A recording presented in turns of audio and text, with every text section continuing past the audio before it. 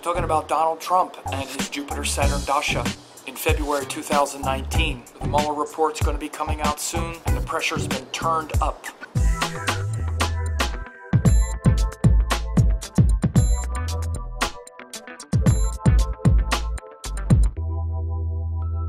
So I'm making this video about Donald Trump and 2019. And I made a video end of last year talking about this upcoming time that he's going to go into his Jupiter-Saturn Dasa at the very beginning of 2019, and what that generally means, and the sort of what it sort of coincides with. We've seen in 2019 his life has changed quite a bit with the election of all the female Congress people, and the Congress flipping to, the House of Representatives flipping to the Democrats. His life has gotten much harder.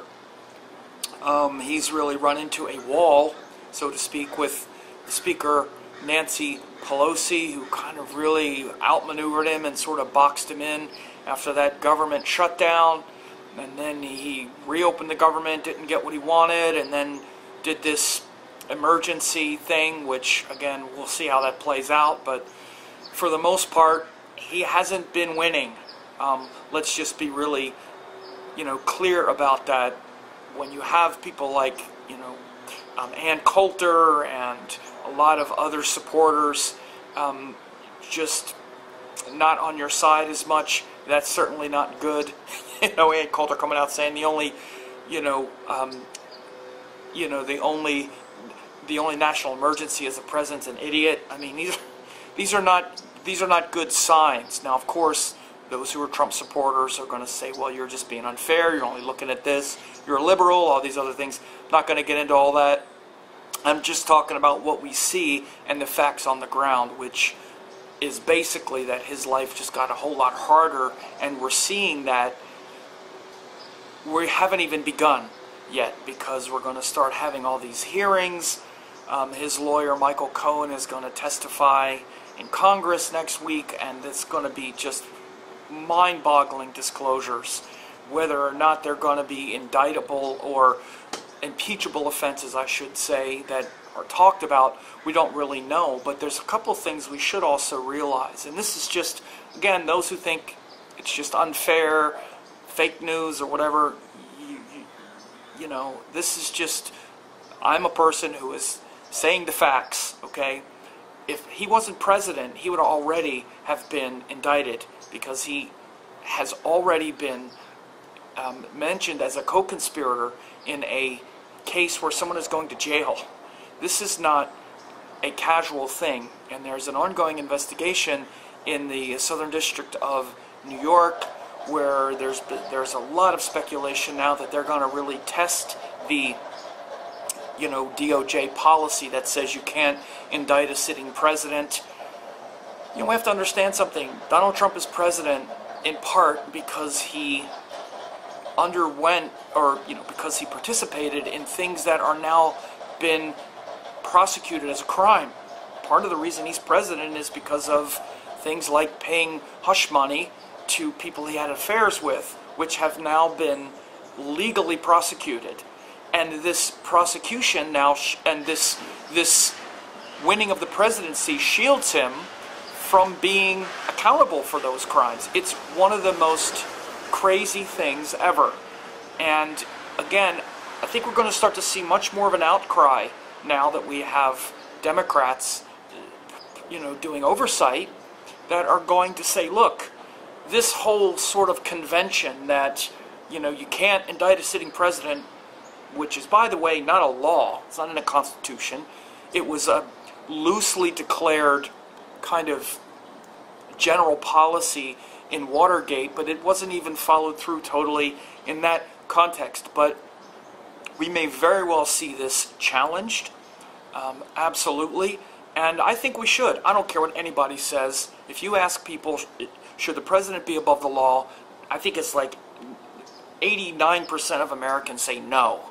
And this is exactly what we're doing by not prosecuting, by at least not issuing an indictment. And again, why? Why should he be above the law? He's been, and by the way, this, even saying that, oh, Michael Cohen's a liar, or anybody not trusting Michael Cohen, look at the crime, quote, we're talking about. Does anyone actually think that those transactions that have been prosecuted, of course legally, because we have receipts of Michael Cohen paying Stormy Daniels and then paying the National Enquirer, we have the checks, they were written. Does anyone think Michael Cohen did that for himself?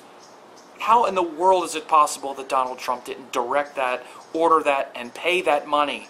These are illegal campaign contributions.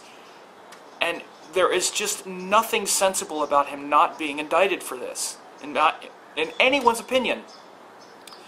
And anyone who's a Trump supporter who was saying, oh God, here we go, liberal Sam, or whatever, before you say that, just think to yourself, what if it was Barack Obama who had paid hush money to an adult film star and a Playboy bunny in order to win the election? Are you telling me that you would say, oh, that's okay, don't prosecute him?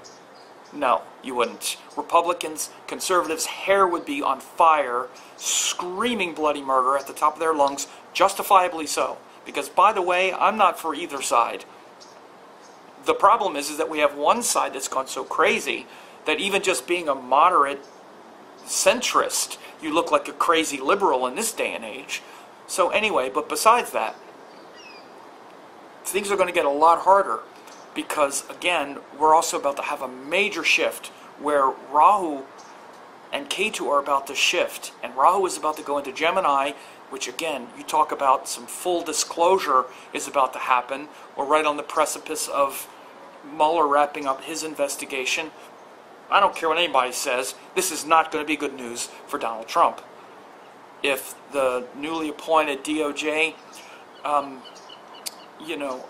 if the newly appointed Attorney General tries to block it or even redact things that shouldn't be seen, there's going to be a huge outcry. Again, Donald Trump just going into Jupiter Saturn Dasa is a major change, and we're seeing it. He's been in Jupiter, and now Jupiter Saturn, especially right now with Rahu in the sky also going over his natal Saturn and his natal Venus. Between now and the end of March, just watch right now, things are going to be popping big time now. As I record this on, was it February 22nd, I think? We're about to have, by this time next week, Michael Cohen will be talking before the Congress, and Trump's going to go over to Vietnam, I think, to talk to Kim Jong-un again. And again, this whole thing has turned into a debacle, as most people had thought, and it's great that Kim Jong-un has been firing rockets and whatnot. Yes, absolutely, and let's hope that that situation plays out. I hope that Trump is doing this right.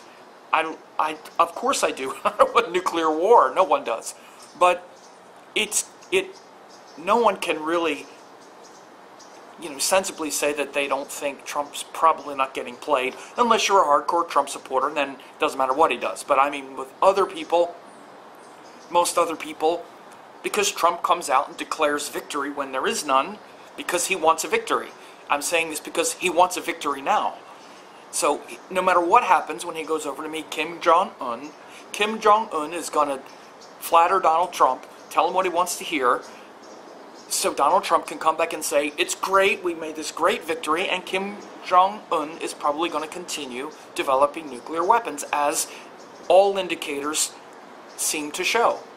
Even though Trump declared victory last year, there has been no reports that they've dismantled their major nuclear weapons program. Like everyone now, they figured out very quickly, all you need to do is flatter Donald Trump, tell him he's great, probably financially reward him somehow, which is what the Saudis seem to be doing, and you get what you want, and he just lays off you.